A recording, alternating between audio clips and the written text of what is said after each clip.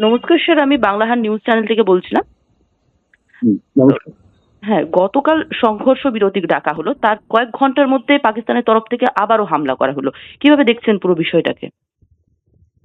দেখুন, অনেক সময় যখন সিজফায়ার দিকে তাদের উচ্চপদস্থ অফিসাররা তারা সেখানে স্বীকার করেন, যে ডিক্লেয়ার করেন যে সিজফায়ার হওয়া উচিত, এবং সেটা এগ্রিমেন্টের পরেও দেখা যায় যে কিছু ক্ষণ ধরে বা কিছু দিনও অনেক সময় হয়ে যায় যে গোলাগুলি চলতেই থাকে। সেটা সেটা পুরোপুরি স্টেবিলাইজ করতে একটু সময় নেয়। তো সুতরাং অনেক সময় সেটা প্রয়োগ করার চেষ্টা করে, কিন্তু সেই পণ্যগুলি আমার মনে হয় যদি পা না দেওয়া তাই ভালো। কারণ আমরা ঠিক করেছি যে আমাদের যেটুকু সেটুকু প্রতিনিধি ভারত সরকার ঠিক করে ফেলেছিল যে আর কিছু প্রয়োজন নেই। তারপরে যেহেতু পাকিস্তান থেকে তারা অ্যাটাক করলে, তার পাল্টা অ্যাটাক দিতে হলো, কিন্তু কোনো একটা জায়গায় তার ইস্যু আনতেই হয়, এবং সেটা এসছে, সেটা একটা ভালো কথা।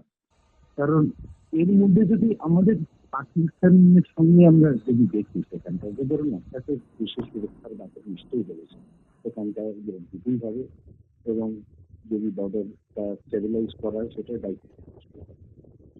কিন্তু তারপরে আমাদের দেখতে হবে যে পাকিস্তানের তো অর্থনৈতিক অবস্থা সম্পর্কে জানেন, তাদের ভোট জানেন, তাদের নিজেদের বিভিন্ন ধরনের প্রবলেম রয়েছে। আমাদের তো সেই ধরনের ঘটনা নয়। কারণ ভারতের যে ধরনের গ্রোথ হচ্ছে, ডেভেলপমেন্ট হচ্ছে, এবং পৃথিবীর অনেকেই মনে করে যে 2030-এর মধ্যে হয়তো ভারত পৃথিবীর তৃতীয় ইকোনমিক পাওয়ার হয়ে আসতে পারে। তো সুতরাং সেই বলে আমাদের যাওয়া উচিত। পাকিস্তান বা অন্যান্য বিপক্ষ দেশগুলো হয়তো সেই যাত্রা থেকে আমাদেরকে ডিরেল করার চেষ্টা করতে পারে, কিন্তু তাতে আমরা পা না দিয়ে আমাদের যেটা লক্ষ্য সেদিকে আর যেখানে পাকিস্তানের তরফ থেকে বলা হলো সিজ ফায়ারের কথা, তার পরবর্তীতে তারাই আক্রমণ করছে।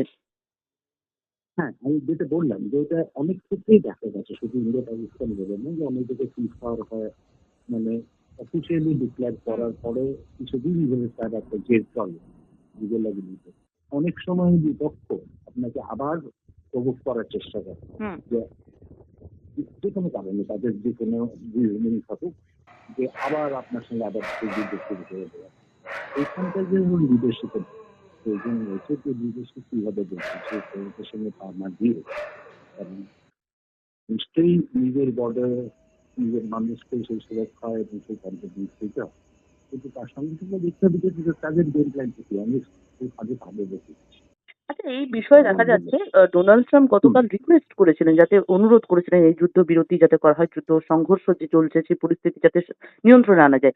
সেক্ষেত্রে দাঁড়িয়ে আমরা গতকাল থেকে দেখতে পাচ্ছি ডোনাল্ড ট্রাম্পকে কার্যত সামাজিক মাধ্যমে তাকে টার্গেট করা হচ্ছে, তার উস্কানি দেওয়া হচ্ছে, তিনি উস্কানি দিয়েছিলেন, মানে কার্যত তাকে দোষারোপ করা হচ্ছে। এই বিষয়টাকে কিভাবে দেখছেন আপনি? না, সরি, আমি যে রিপিট করলাম, আমি ঠিক ভালো করে শুনতে পারলাম না। ডোনাল্ড ট্রাম্প সম্পর্কে তিনি মধ্যস্থতা করেছেন এই কথাটা তিনি ক্লেম করছেন, যে দুজনের সঙ্গে কথা বলে তিনি সম্মান, আমি তারপরে রিপোজিশনের লিডারশিপই ঠিক করেছে যে হ্যাঁ, তারা সিজফায়ারে যাবে। তো আপনার প্রশ্নটা কি এটা তাকে নিয়ে ছিল না? ডোনাল্ড ট্রাম্পকে কার্যত সামাজিক মাধ্যমে টার্গেট করা হচ্ছে, তার জন্য এই পরিস্থিতি, তাকে কার্যত দোষারোপ করা হচ্ছে। কি বলবেন? সেটা কার থেকে? ধরুন, বিভিন্ন ডোনাল্ড সামাজিক ট্রাম্পের মাধ্যমে জন্য বিভিন্ন যারা নেটিজেনরা রয়েছে তারা দাবি করছেন। বিভিন্ন ধরনের লোকজনের মতামতের সঙ্গে তো কিছু বলা যাবে না, কিন্তু একটা বাইরের দেশের সঙ্গে তার জন্যই কোথাও যুদ্ধ লাগে তাকে নয়। কারণ আমাদের এখানটা কি কারণে হয়েছিল, ভারতকে কেন সেখানটা অ্যাটাক করতে করলে, যে যদি 22শে এপ্রিলের ঘটনা না হতো তাহলে এগুলো কোনোটাই হতো না। কিন্তু প্রত্যেকবার যতবারই, যে ধরুন একসময় শান্তির কথা বলা হলো, আলোচনা করা হলো, চেষ্টা হলো, কিন্তু তারপরে দেখা গেল আবার attack। তো যতদিন না এগুলো তারা ঠিক করছে, পাকিস্তানের সঙ্গে সেইভাবে কোনো যোগাযোগ রাখেনি। কিন্তু তার সত্ত্বেও সেখান থেকে যদি আবার দেখা হয় একটা সময় কোনো না কোনো জায়গায়, তো বিশ্বের কাছে একটা বড় একটা চ্যালেঞ্জ আছে, যে সে তো তাহলে তার কিভাবে জবাব দেবে, এবং আচ্ছা, এই সেটা পরিস্থিতিতে জবাব দিয়েছে। যারা বামপন্থী রয়েছেন তারা কিন্তু দাবি করছেন যুদ্ধ নয়, শান্তি চায়। নিশ্চয়ই সবাই শান্তি চায়, ভারতের নিজে শান্তি চায়।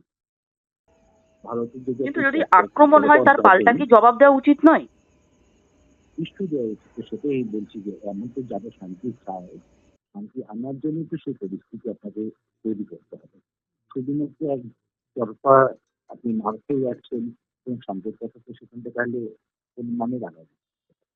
শান্তির জন্য তো দুটো দেশ বা বা আপনার প্রতিপক্ষকে তো শান্তি চাইতে হবে সেখানে। তো সেখানে শান্তি নিশ্চয়ই চায়। ভারতের ট্র্যাক রেকর্ড দেখুন, ভারত নিজে আজ থেকে আজ অব্দি স্বাধীনতার পর থেকে ভারত নিজে আজ বাড়িয়ে কারোর সঙ্গে ঝগড়া করতে যায়। ভারতের অ্যাকশনে তো প্রত্যেকবারই রিয়াকশন আছে। কেউ বাইরে থেকে অ্যাটাক করেছে তারপরে ভারতকে। ভারত হুম। কারোর জমিকে অধিগ্রহণ করেনি কখনো। তো ভারতের এই যে টেনশন রয়েছে সেটাকে মাথায় রাখতে হবে আমাদের। ভারত সবসময় শান্তি চায়, কিন্তু শান্তির জন্য পরিস্থিতি দেখতে হবে। পাকিস্তানের প্রধানমন্ত্রী দাবি করছেন যে তারা যুদ্ধ জয় করে গেছেন। তিনি দাবি করছেন এবং তার পাশাপাশি তিনি এও বলছেন যে এর পরিস্থিতি যে পরিস্থিতি তৈরি হচ্ছে এর পাল্টা আহ, মানে ময়দানে নেমে তারা লড়াই করবে। এদিকে আমরা দেখলাম বিদেশ সচিব কালকে সাংবাদিক বৈঠক করে সরাসরি বললেন এই দায় পাকিস্তানের। কি বলবেন? কিন্তু এটা তো যখন নাকি যুদ্ধবিরতি হয় সেখানটায় নিজেদের ডোমেস্টিক অডিয়েন্সকে বোঝানোর জন্য অনেক কিছু বলে সেখানকার নেতৃবৃন্দ। সবকিছুই তার মধ্যে যে ঠিক থাকে না।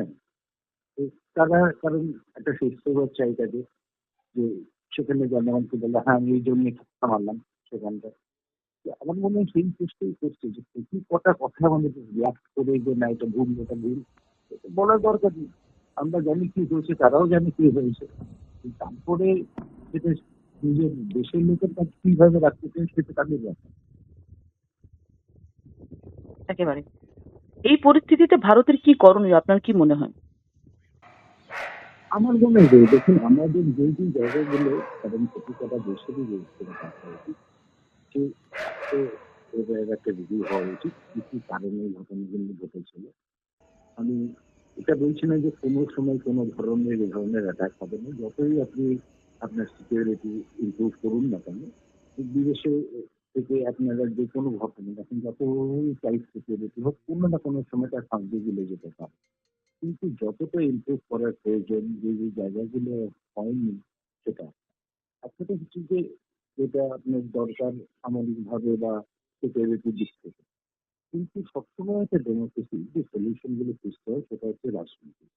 তো সেইখানটায় যাতে বেশিরভাগ লোককে সঙ্গে নিয়ে যে আমাদের যে গ্রোথ আমাদের যে ডেভেলপমেন্ট তার অংশীদার সকলে, এই জিনিসটা যদি কোনো কারণেই তাদের মনে থাকে যে মনে হয় যে না আমরা নেই, এটা যে ডেভেলপমেন্ট হচ্ছে সেটা অন্যদের কারণে হচ্ছে আমাদের জন্য হচ্ছে না, সেইখানটা আমার মনে হয় যে রাজনৈতিক নেতাদের দলীয় যারা রয়েছেন সেখানে বিভিন্ন জায়গায় তাদের এটা কর্তব্য যে এই ভুল বোঝানো এই জায়গাটাকে ঠিক রাস্তায় আনা, লোকজনের সঙ্গে আলোচনা করা এবং কি করে সবাইকে সেই ডেভেলপমেন্টের যে ফ্রুটস অফ ডেভেলপমেন্ট সেটা যাতে সবার মধ্যে ভালো করে মোটামুটি প্রত্যেকেই পায় আর কি, সেটা দিতে পারে।